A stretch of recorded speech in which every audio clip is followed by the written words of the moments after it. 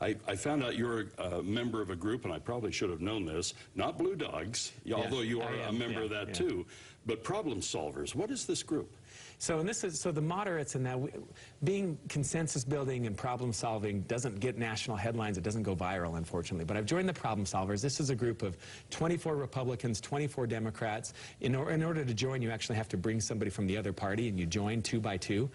We meet on a weekly basis in a formal meeting, and then a lot of meetings outside of that to talk about how we can break the logjam in Washington, D.C., where we have common ground, and solving problems from big to small. So the Problem Solvers last year rallied to keep the U.S., Mexico, Canada, USMCA trade agreement on the front burner, keeping people's feet to the fire until we actually got an agreement that got bipartisan support and passed the House and the Senate and was signed by the President. And so we've had some big successes, and then we're working on a lot of small pieces of legislation as well that are important, maybe not as front line grabbing, but front page grabbing, but important legislation. So it's been a really productive group that I belong to. Do you anticipate that will grow? It sounds like such a good idea to me. I hope it grows. You know, and I'm talking to my colleagues on both sides of the aisle saying you should really join. It's actually very productive. One of the things we're trying to do right now, the Problem Solvers is in the House.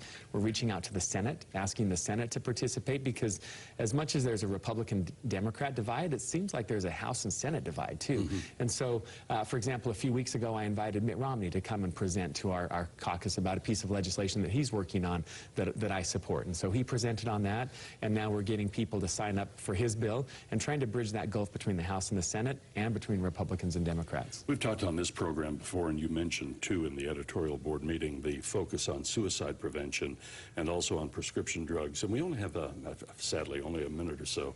But what are you hoping to accomplish, and what can be done in the foreseeable future? You know, suicide is the #1 cause of death for individuals ages 15 to 24 in Utah. It is an epidemic nationally, and there's solutions. Utah is actually leading the country in solutions to reduce the suicide epidemic, but there's still a lot we don't know. There are risk factors for suicide. If we better understood what puts somebody at risk of suicide, we could help to prevent it. And so I'm on the Science Committee, and I've passed legislation through the House to direct the National Science Foundation to research root causes of risk factors for suicide. We know that there's some correlation between geography and even air quality, perhaps, genetics, substance abuse, are all factors that contribute to an individual's risk of suicide. The more we can understand that, we can know what interventions are most powerful, when we should intervene, what age, maybe what time of year. And so that legislation passed. It was a Problem Solvers bill as well. My colleague, Republican from Ohio, Representative Gonzalez, we worked on that together, got it through the House with nearly unanimous support. Yeah. Prescription drugs, just very quickly, I've only got a second. Okay. A lot of hope here?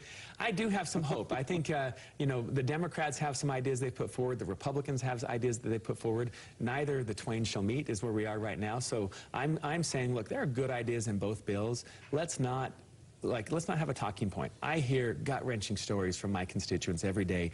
People who have a child who's rationing his insulin, an individual who has chronic cancer and fears about losing insurance because it would be a death sentence. Yeah. These gut-wrenching stories tell me that we need to abandon the talking points, the election year politics, and just solve the problem. Let's work to get a House and Senate bill, Republican, Democrat, get it on the President's desk. The President has said he wants a bill on his desk, and he will sign it. And let's take him at his word. Let's get him that bill. Let's get it done. Let's take those Republican and Democratic versions of the bill, mesh them together, find out what works, what doesn't work, and move it forward. Congressman, it's always great to have you on the program. Let's get together again soon, and we'll talk about some things that might be happening in the 4th District. Okay, great. All right. Thank you. Congressman Ben McAdams with us on Sunday Edition, and we will be right back.